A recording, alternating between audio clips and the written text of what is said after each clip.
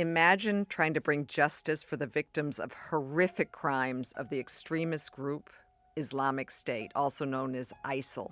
That's what my colleague Christian Ritscher does. Justice gives the relief not only to the victims, but to a prosecutor as well. Yeah. So that is what keeps you upright and keeps you going on and says, okay, it is meaningful what you're doing.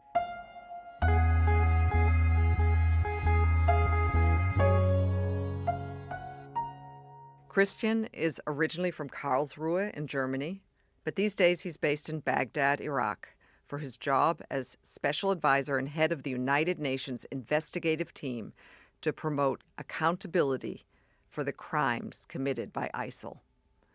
From the United Nations, I'm Melissa Fleming. This is Awake at Night.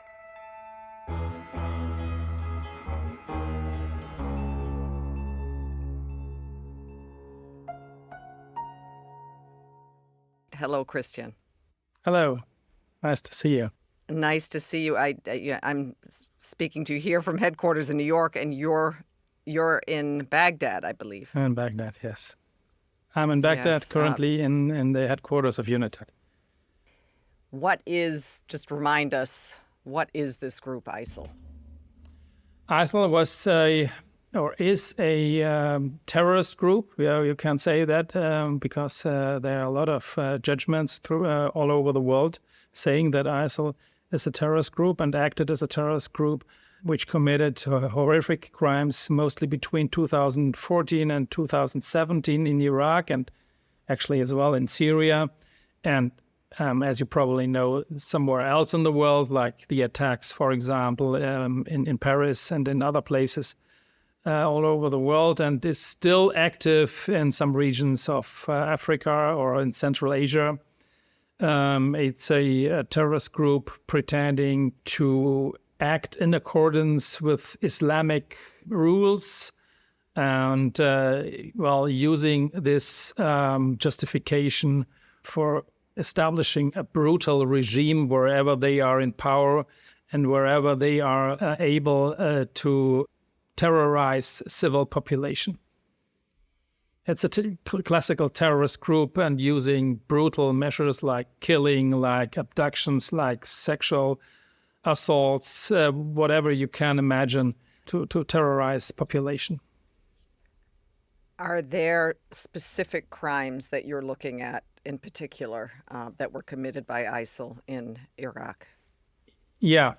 UNITAD was established to promote accountability for the international crimes which were committed by ISIL. So we are looking into what is, by definition, an international crime.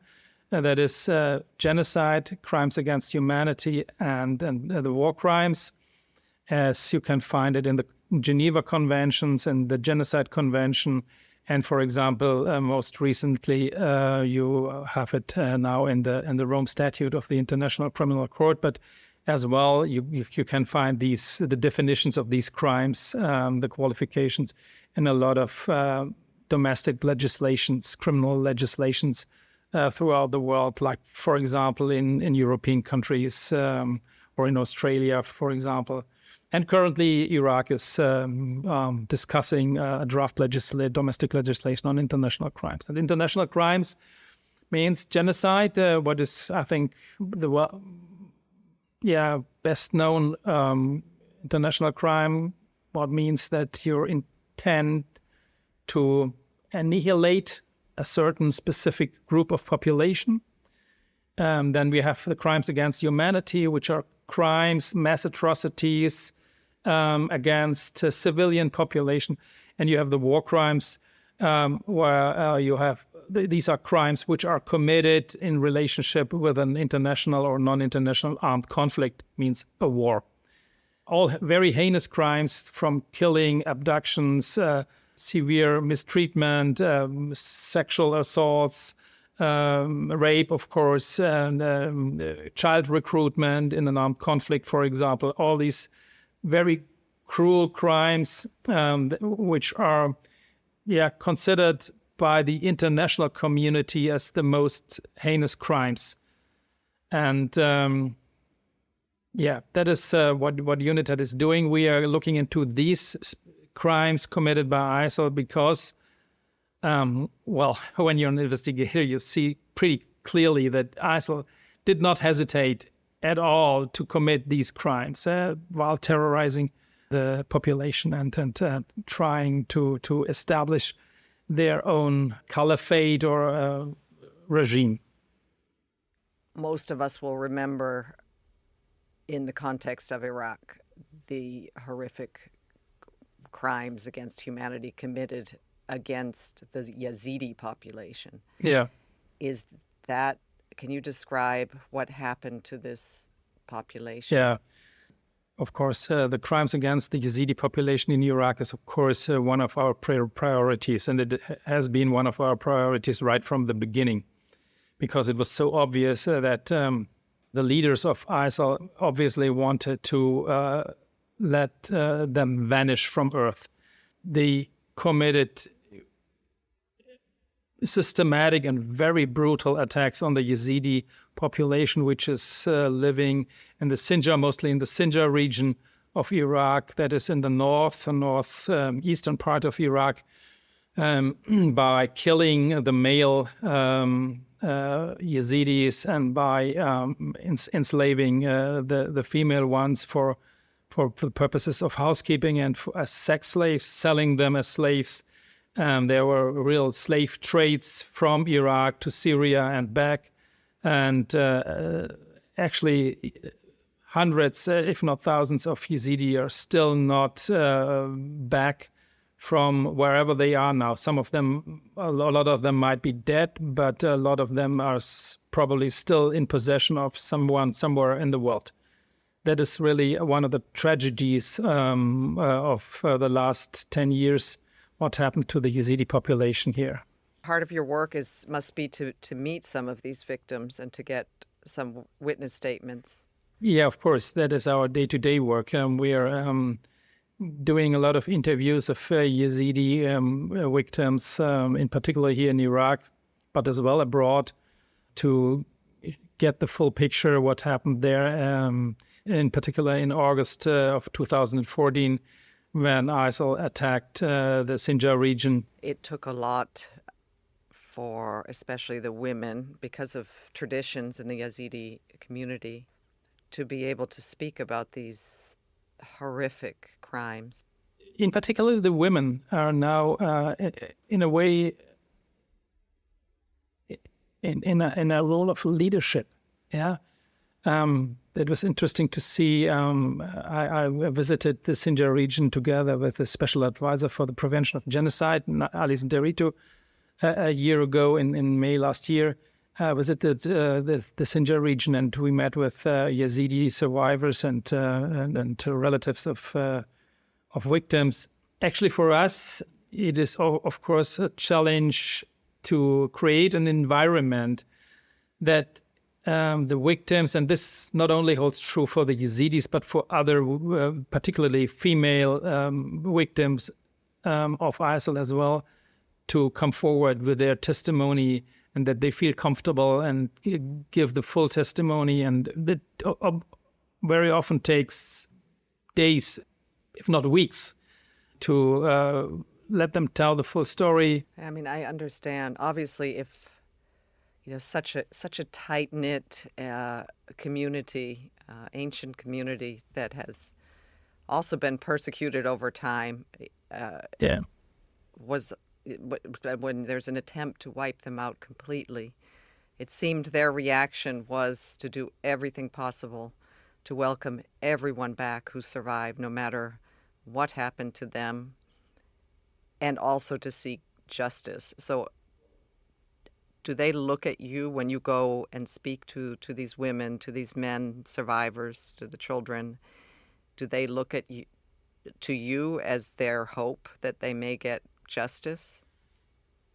Yes, to a certain extent. I think the jurisdiction in general is part of the hope of the Yazidi community. There were some convictions, particularly in Germany, regarding crimes against Yazidi community members recently in Koblenz.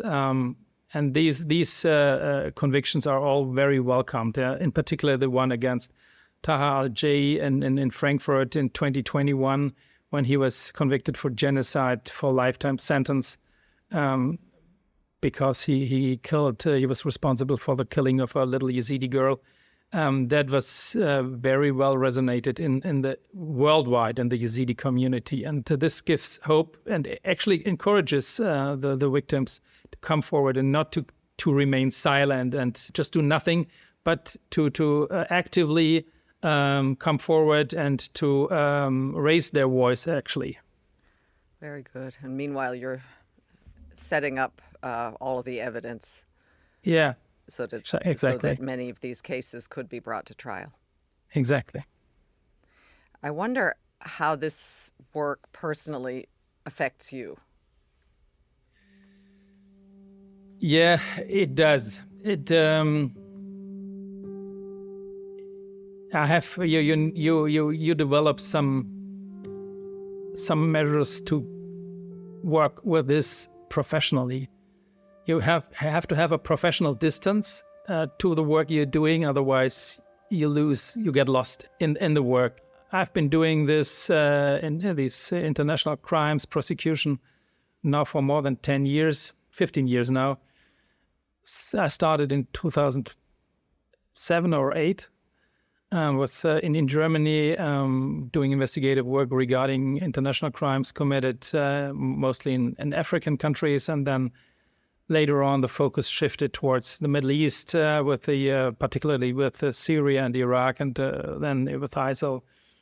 So in a way, I'm used to these kind of crimes, actually. And I know that they are horrific, and that it is really, nevertheless, it's always very touching when you're in direct discussion or relationship or confrontation with the victims themselves, and they tell their stories, and this is something what is not easy. Here in my position now as a special advisor and head of UNITAD, I'm not very much related with the day-to-day investigative work. So I'm doing the coordination, I'm doing a lot of diplomacy, I'm caring about, all the UN bureaucracy things, which are necessary, and all these things. So I'm not very much confronted with the cruelty of ISIL crimes, but I'm well aware of this. And you reflect on that. And but in the end, what keeps you upright in this is if you're successful in a way. So that means when we finalize a report, for example, or we contribute successfully to a trial, and in the end there's a conviction, then you see justice gives a relief not only to the victims but to a prosecutor as well. Yeah, so that is what keeps you upright and keeps you going on and says, okay, it is meaningful what you're doing. Yeah, it is not nice, and you're always, well, as a prosecutor, you're always dealing with crimes. Yeah, so you get a little bit of a different view on the world anyway. Yeah, but in this case, okay, you have really horrific crimes. It's not about theft or drunken driving. Yeah. No, I mean, I wonder. I mean, you said this is what keeps you going, but what keeps you awake at night? Yeah, actually, what keeps me awake at night is not so much about what happened to the victims. This is what keeps you awake at night at the beginning, yeah, but one day you're gonna get used to it.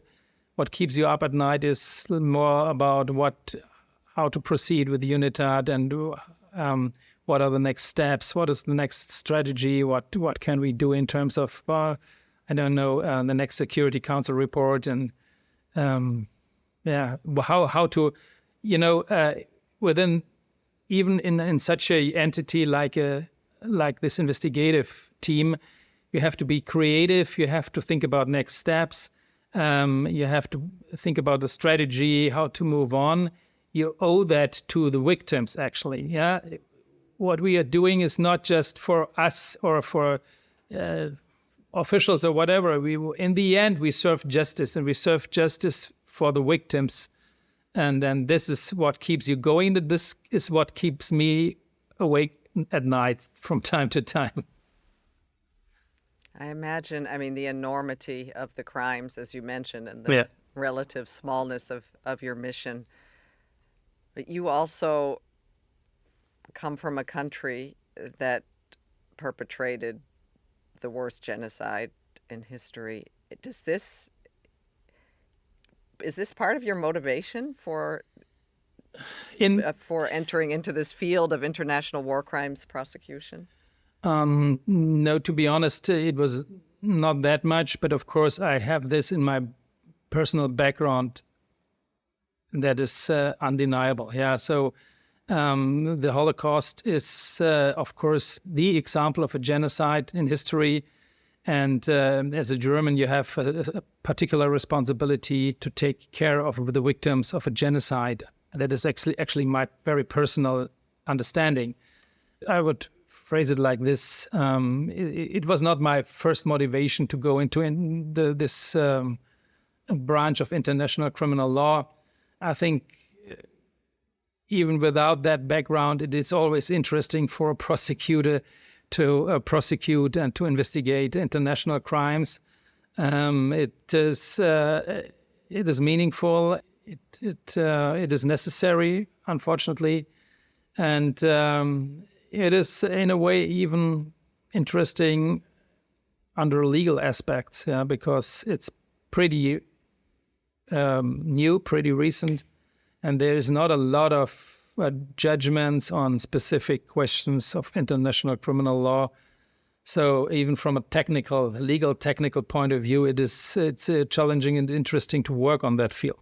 I wonder, just back to the Holocaust, after the crimes, the extent of the crimes, the genocide against the Jewish people was really recognized and uncovered. And the refrain that went around the world was never again.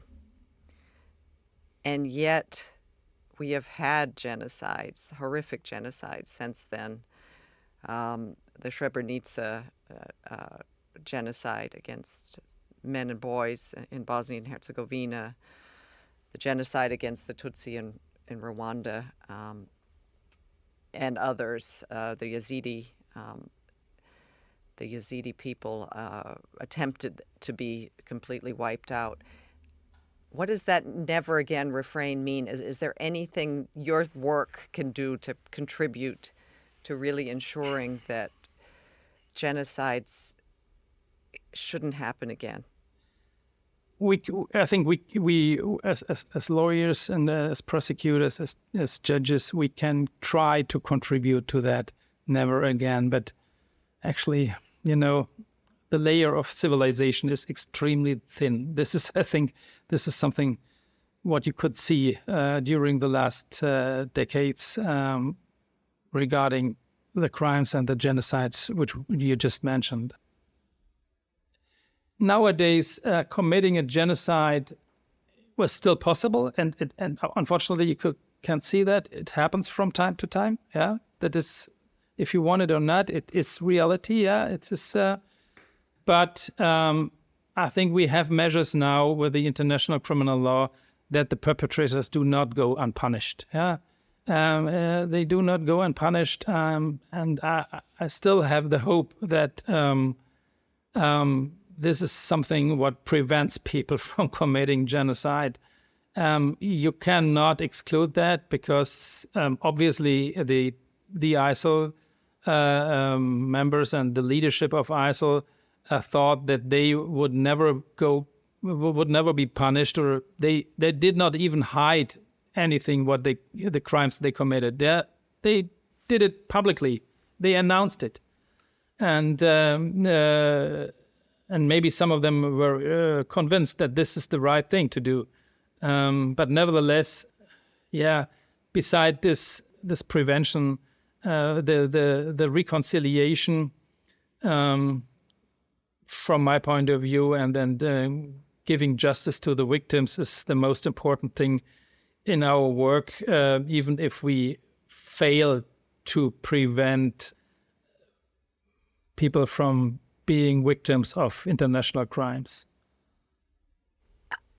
The more you learn about the horrors of the war crimes you're investigating, do you lose faith in humanity? Yeah. um, I'm pretty. I have a little bit of a distance to that. Maybe I've lost faith in humanity to a certain extent. I still believe that it is always worth fighting for humanity, and that I actively work for that. Otherwise, I wouldn't be where I am. But nevertheless, I'm not naive, and I know that even the concept of humanity can be interpreted differently in different situations. Other people might not agree with my concept of humanity. It is difficult. I don't think that the world is became a much better place over the last years, in particular, and there might be a reason to lose faith in humanity. Yes. I mean, we would like to believe that human beings are innately good, but unfortunately, when we see these things, it's you wonder. You mentioned back to your what is it like living in Baghdad? Like, what's day-to-day life like these days? Well, UN staff members are living in compounds. We have a UN compound here in Baghdad, where I'm living, and my colleagues are living here as well. The international colleagues are living here as well. That's okay. How many of you are there in the compound? Yeah, well, we have a compound together with UNAMI. I'm not sure how many people we are. Several hundred. UNAMI, the other UN mission in Iraq. I've been in that compound. I mean, it's very protected. Yeah. There are lots of sandbags everywhere, I remember. And it's just the security situation is such in Baghdad that you just can't go out and wander the streets or go to a cafe or. Yeah, it's very volatile, actually. Now, you remember now recently the attack on the Swedish embassy, and the UN have some very bad experience in terms of mission in Baghdad, and this is why was bombed. Canal Street, and this is but at least the integrated compound is a nice one from my point of view, and well, of course I'm a bit privileged in terms of my housing situation, so there's nothing to complain actually in terms of this. And it is a contrast to Karlsruhe, of course. I wonder how your beautiful Karlsruhe in southwestern Germany. Exactly. Yes, but I wonder how your family, what do they think of you being there now? I think they are fine with it, as long as I won't do that for the rest of my professional life for the next 10 years. I think my wife wouldn't be very happy if I did that. But for the moment, they are fine with it. Of course, my wife is not happy when I'm leaving, but nor am I. But it is doable now. Nowadays, we have what we do now. We can discuss over the phone or with the Zoom or with any other video communication, and so I have quite good contact with my family. That is possible. It is doable. In former times, when you were forced to send letters or do a phone call, which cost you a fortune once a month, that would have been much more difficult than nowadays. I think that holds true for most of the international staff members. When you're here, you're dedicated to your work. And well, we have an R&R cycle, so from time to time we leave and go back home or go to some other countries. Yeah, that's the life in Baghdad. It's different from our offices in Erbil and Duhok. There's no such a thing as a compound, and you can rent an apartment in the town, and you can, as you mentioned, walk around, go to a coffee or go for shopping or whatever. That is definitely different. I can go around here as well, but with a car and with a security check in advance, of course. Armored car. Yeah, exactly. What do you, I mean, I just wonder, it must be very, very intense. And I know that the work there is, you probably spend most of your time working when you're there. But what do you do to relax and to just maybe get your mind off of horrific war crimes? You mean here in Baghdad? Yeah.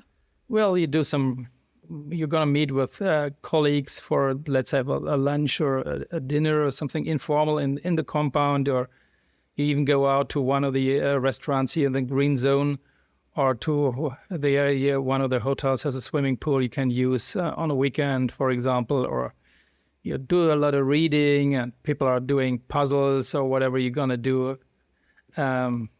It's a bit, what you're doing when you're on vacation, yeah, and you're not at the beach. So you're normally, the work is quite challenging, and you have to consider a lot of things. So you're doing some relaxing hobbies. A lot of people are doing sports, of course, as well, which is relaxing in a way as well. Yeah, you can play tennis in the compound, and then you can, walk or run or, yeah. Right. I remember running around that, the periphery. All along. With a lot of others, and there was quite a gym there. Yeah, too. there's a gym. So it's everybody there, no one with their family, and so everybody just makes the best of it exactly during their downtime. And when you go back to Karlsruhe, I mean, we were chatting at the beginning that we both had spent some time in. Well, I had spent some time in Bayreuth in Germany, which is famous for its Wagner festival, and you mentioned that you just visited there. Yeah. This is when I'm back, my wife and me, we go quite often to operas, for example, and this is why the Wagner festival this year was. We had the chance to get tickets. It's not easy, as you know, to get tickets. We had the chance. My wife actually got the tickets.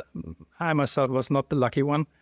And we visited the operas, and that was really nice to have a series of operas over there. And Bayreuth, it is a nice little town with a Baroque environment and friendly, and the weather was pleasant, so it was okay. But normally, actually, when we were doing a lot of traveling, even here in the region, I took the chance to go here to other countries of the region to visit. And Iraq would be worth visiting as well. If the situation would be a little bit improved, and I think the government is trying to improve the situation, there's a lot of things to be seen in Iraq, a lot of sites which are extremely interesting, and I think tourists would love it. Absolutely. Let's hope one day Iraq gets back to that place where tourists can visit and people can live in safety without the threat of such terrorist groups and atrocities happening. I wonder also, just you mentioned you have children? Yeah, but they are Have adults. they followed in your footsteps? No, they are not lawyers. They are doing different things. No, but they are following what I'm doing, but they are adults and not living with us anymore, so they have families of their own. Okay.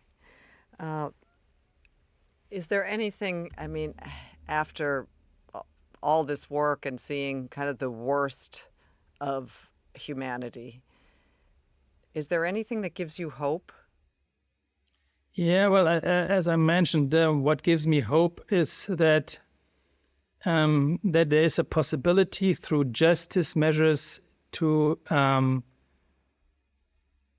serve in a way the victims, to give kind of a healing to the society, by fair trials, by fair procedures, and to establish something like a story, what happened, based on evidence, which is proven and is in the end based on facts and not just a narrative. This is the main reason why we are doing that here. And in the end, human rights are the background of international criminal law in a way. So to serve justice means to serve, here in this regard, means to serve human rights and to serve the people. And this is, I think, what everybody here within UNITAD is dedicated to, to enable some reconciliation and to bring Iraq back on a track into the future, and not to react on the crimes committed by ISIL with brutality or with something like fake justice or something like this, but with real justice, with the measures which are developed by the international society, like the customary international criminal law, because only this would stop this cycle of crimes and of brutality. If you react on brutality with brutality, you only provoke new brutality and then new crimes. And this is what our concept is, to react on crimes and brutality with the rule of law and with justice. Christian, thank you so much for this interview. You're very welcome. And thank you so much for the work you do. I really hope Thank you so much. It results in more justice for the Yazidi people, for the people of Iraq. Thank you so much. Thank you for listening to Awake at Night. We'll be back soon with more incredible and inspiring stories from people working against huge challenges to make this world a better and safer place. To find out more about the series and the extraordinary people featured, do visit un.org/awake-at-night. Do subscribe wherever you get your podcasts, and please take the time to review us. It helps more people find the show. Thanks to my editor, Bethany Bell, to Adam Paler, and to my colleagues at the UN, Katerina Katidi, Roberta Politi, Julia Hagel, Geneva Damayanti, Tulin Batiki, and Becerra Kostova, and the team at the UN studio. The original music for this podcast was written and performed by Nadine Shaw and produced by Ben Hillier. Additional music was by Pascal Wise.